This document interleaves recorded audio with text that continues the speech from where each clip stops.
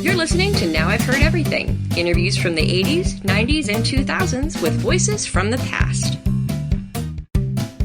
Someone asked me how to write a bestseller, and the answer is very simple.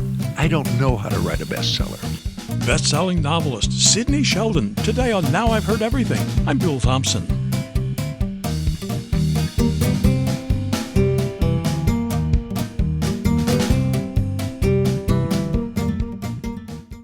Well, look at just about any list of the best-selling novelists of all time.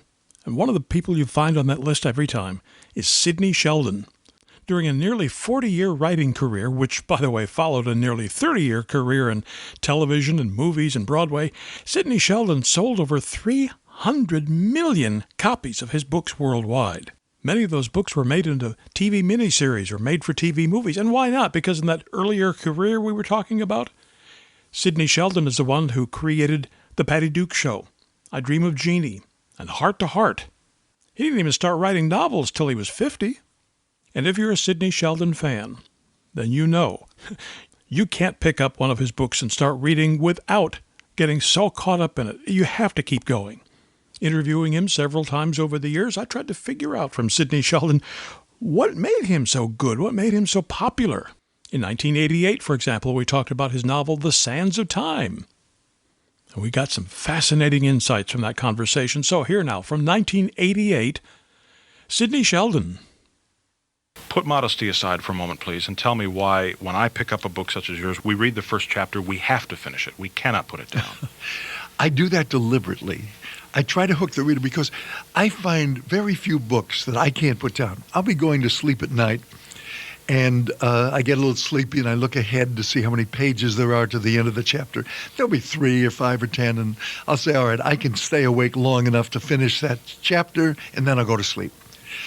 I like to write my books so that when the reader gets to the end of the chapter, he or she has to turn the page and keep going. And boy, I did yesterday. Practically all in one sitting. Is that recommended? Yes, I recommend you read it any way that gives you the most enjoyment. I'm going to tell you something that a very, very well-known writer was sitting in this same room, not on tape, told me off tape, privately. This is a person who has several big bestsellers to their credit.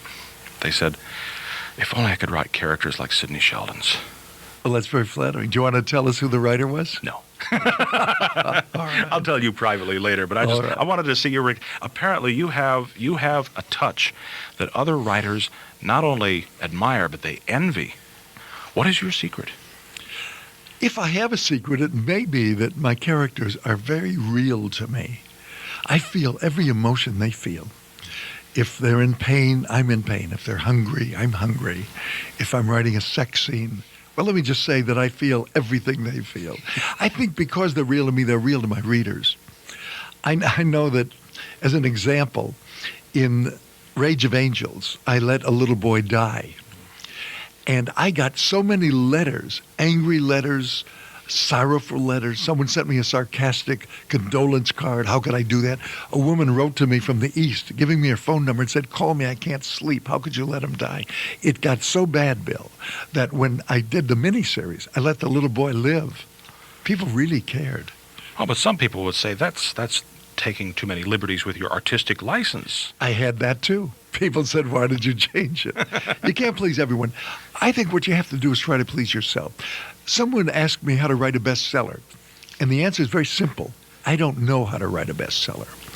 If you sit down and say, I'm going to write a bestseller, what you're really saying is I'm going to look for the lowest common denominator. I'm going to try to please everybody. And I think if you try to please everybody, you wind up pleasing almost nobody. My readers are school kids, teachers, truck drivers, scientists, hookers. I mean, I have an amazing range. I have sold worldwide over 100 million books. So you can imagine the diversity of my readers. If I sat down and said, now, I'm going to please a scientist and a truck driver, I would be absolutely paralyzed. So you can't think that way. You have to just sit down. I get an idea that excites me, and then I write it as best I know how. Now, you had told me, correct me if I'm wrong, you had told me last time we talked that you begin each story with a character and That's then right. build outward from that. That's right. Is Jaime the character that you began with? No, the nuns. I thought it would be interesting. Sands of Time is about, it takes place in Spain, and it's about nuns in a convent. It's the strictest order in the world.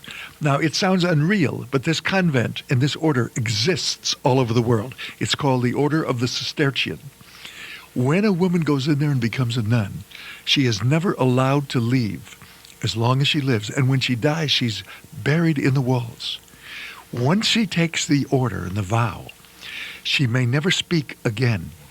She may never look at the other nuns. They walk through the corridors with their eyes downcast. So I thought it would be interesting to take women who were in this position, knowing they would never see the outside world again, and force them through circumstances into the outside world. So in this particular story, there is a revolution going on in Spain, which is true, the Basque Revolution. The government suspects the Basques of hiding in this convent, and they break in. 4 of the nuns escape and fall into the hands of the Basque leader. So the Sands of Time is about the adventures of these 4 nuns as they cross Spain trying to find safety. And twice at the outset, you tell us this is a work of fiction, but... Right. The framework of this story is what's happening in Spain today between the government and the ETA, which is the revolutionary branch of the Basques. And this is so much of what your book, so many of the scenes that are in your book, so many of the things that have happened, I've reported on in the news right here that we write right off the news wires. I know. I hate to say it, but it's going on every day. They're blowing up cars, robbing banks, assassinating people they don't like. It's a terrible revolution that's going on in Spain today. Now, you've obviously been to Spain. Some of these things that you describe, you could not describe by looking at pictures in a National Geographic. Hardly. No, I research everything in great detail. If I write about a meal in Singapore or Sardinia or North Africa, I've had that meal at that restaurant.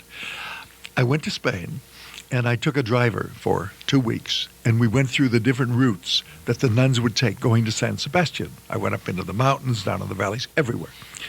When we got to San Sebastian, which is a stronghold of the Basques, we pulled up in front of the hotel, and the driver said, "I'm leaving." And I said, "What are you talking about? We just got here." He said, "The minute they see these Madrid license plates on the car, they'll blow up the car." And he turned and left. That's the terror that the people are living under.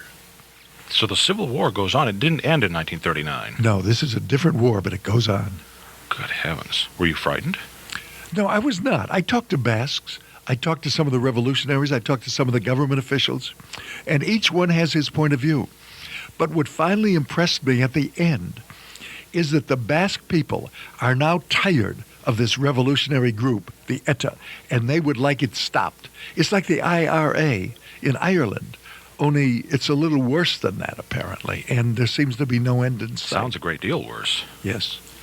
Good heavens. Of course, I suppose you were not afraid in the same sense that Alan Tucker was not didn't seem particularly afraid when he went up there. Yeah. I mean, it's sort of like being in the middle of 2 warring parties, but you have no allegiance to either side. No, I was there really as a neutral observer. I tried to be fair to both sides, but I must say the government has been ruthless in putting that down and also in violating some of the freedoms of the people. You know, the Spanish are a wonderful race. They're carefree and filled with song and laughter, and it's also the land of Torquemada and the Spanish Inquisition. So there is that side of it. And the Basques had a perfect right to fight the oppression that the government was imposing on them. But like a lot of revolutionary movements, they finally went too far. And I try to present both sides fairly. I'm not sure I'll be welcome in Spain again. If I may be frank with you, I was expecting a different kind of ending. After having read Windmills of the Gods and having that fresh in my mind as I tore through this, when I reached the ending, it was a satisfying ending, but it wasn't the explosive, hugely climactic ending that you presented us in Windmills of the Gods.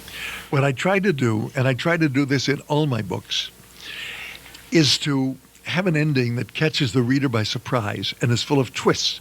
I have about 3 twists in the ending of this book. Often, we will read books where the beginning is very exciting and there's a puzzle posed for the reader, and how is it going to be solved? And usually it's solved rather badly, and the book lets people down. So I'm very careful to try never to do that. You can always tell when writers have just 2 weeks left before the deadline and they have to hurry and finish the book. Yeah. I'm lucky, Bill, because I never have a deadline. My publisher has never said to me, when are you going to finish the book and turn it in? I work at my own pace, and I take a year to a year and a half just rewriting my books over and over and over. You're very meticulous. Yes, I think it's important because I don't think the reader should be cheated. I could easily do 2 books a year, and they probably would be bestsellers because of my name. But I think it's more important to devote my time to making the book as good as I know how to make it before I let the publisher see it. You could probably do 2 books a year for a year or so until people realized it wasn't quite up to Sidney Sheldon standards. Exactly. And by coming out with, about every 2 or 3 years or so. Yeah, every 2 years I do a book. Plus that keeps the appetite whetted. You figure it takes, maybe a week or so or less to go through a book, and then you've got another 2 weeks or 2 years and 51 weeks to go. So I also have to make another confession to you. I watched the miniseries based on Windmills of the Gods, and I was left confused. The book was much more coherent, I thought, than what I saw on the screen, and I had, frankly, to turn it off after about an hour because I was just I just went back to the book. I said, I prefer this. Well, it's very hard, I think, to translate a book to the screen, particularly if it's a book with a broad canvas, as all of mine are, except the first one. The Naked Face was a very tightly knit book. But the others take place in many countries and deal with a lot of different characters. So when you bring that to the screen, it's hard to keep track of. I haven't seen, War and Remembrance that's on now?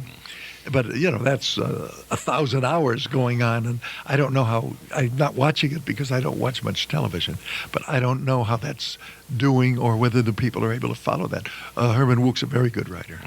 I do find, though, that the best miniseries, or let's put it this way, the better among them, tend to be those by an author who's had television experience. Yeah, I think that's understandable. In fact, I even read a review of your book the other day. I think it was on United Press International, just a capsule review that alluded to what did they call it? They said it was a perfectly written miniseries. They're referring now to The Sands of Time. Well, people have asked me if I didn't have the movie in mind when I wrote the book. The truth is, I never do. I don't think about the picture when I'm doing the book. But my training and background is such, because I started in motion pictures and have done the dramatic form, whether television or theater, my training is such that I think in visual terms. I'm used to writing scenes for actors to play and dialogue for actors to read. So when I write a book, my scenes are very visual to me and therefore visual to my readers. May I make a suggestion also that it be Kate Jackson, Farrah Fawcett Majors, and Jacqueline Smith as 3 of the, I don't know who Sister Teresa would be, but I'm sure you could maybe, I don't know. We'll be getting around to that soon because we're now in negotiation for a sale. Yes. Wow. Things move quickly, don't they? They really do. And you don't talk about your next book in progress, do you? No. The reason is it takes me so long to write a book, that 2.5 years, that if I talked about my next project now, it could be on television in 10 weeks. That's true. I've also found when I'm working on a project that if I tell even 1 or 2 people about it, suddenly it's as though I've told the story and now I don't need to sit down and tell it again. That happens to a lot of writers. They talk their books and don't write them. I try not to do that. Now getting back to how you do it. You start with a character. I've talked to other writers who say they sit down and map out this glorious plot, and I've even talked to one who said she mounts it all across the wall. There's a whole wall with a flow chart. She knows exactly what's going to happen in each chapter along the way. I suppose each one has his own individual what fits best. Absolutely, and that's the way to work. Whatever's comfortable for a writer should be the way that he proceeds or she proceeds. Jerzy Kosinski, for example, maps out his plot on little index cards and puts them up on a board. He'll come down, have his breakfast, look over the board and say, I think I'll do the murder scene today. And the next day, I think I'll do the breakfast scene today. He just picks out what he feels like doing that day. I have no plot in mind at all when I start. I have a character. For instance, in Rage of Angels, I thought it would be interesting to write about a woman criminal attorney. In Windmills of the Gods, I wanted to write about a woman who becomes an ambassador. Once I get the idea of the character, I sit down and start dictating to my secretary. And as I dictate, the story comes to life, other characters come in, and it begins to flow. And I can dictate up to 50 pages a day. How can you keep track of all that in your mind without a flow chart across the wall? Because they're so real to me that it's happening.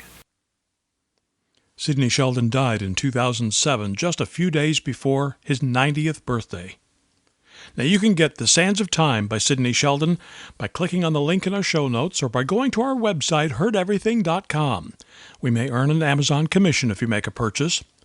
Now, heardeverything.com is where you'll also find my 1985 interview with another hugely best-selling author, Jackie Collins. I am often asked when I'm being interviewed, do you want to write a, better kind of book? They kind of lower their voice when they ask me that. I don't. I write exactly what I want to write. And my 1988 conversation with the author of Love Story, Eric Siegel. When I wrote Love Story, I didn't know how it was going to end. And he says, love means never having to say you're sorry. I knew that was going to happen. But then they fall in each other's arms and Oliver cries. I didn't have the slightest idea that was going to happen. And I burst into tears. And don't forget, we post new episodes of Now I've Heard Everything every Monday, Wednesday, and Friday. And you can find us everywhere you listen to podcasts, including YouTube. And thank you so much for listening. Next time on Now I've Heard Everything, he has caused a lot of controversy with his teaching in evolutionary biology. My 1988 conversation with the author of The Blind Watchmaker, Richard Dawkins. It is really little short of a scandal that our education system teaches people the book of Genesis and don't teach people the truth. They teach people a medieval myth. That's next time on Now I've Heard Everything. I'm Bill Thompson.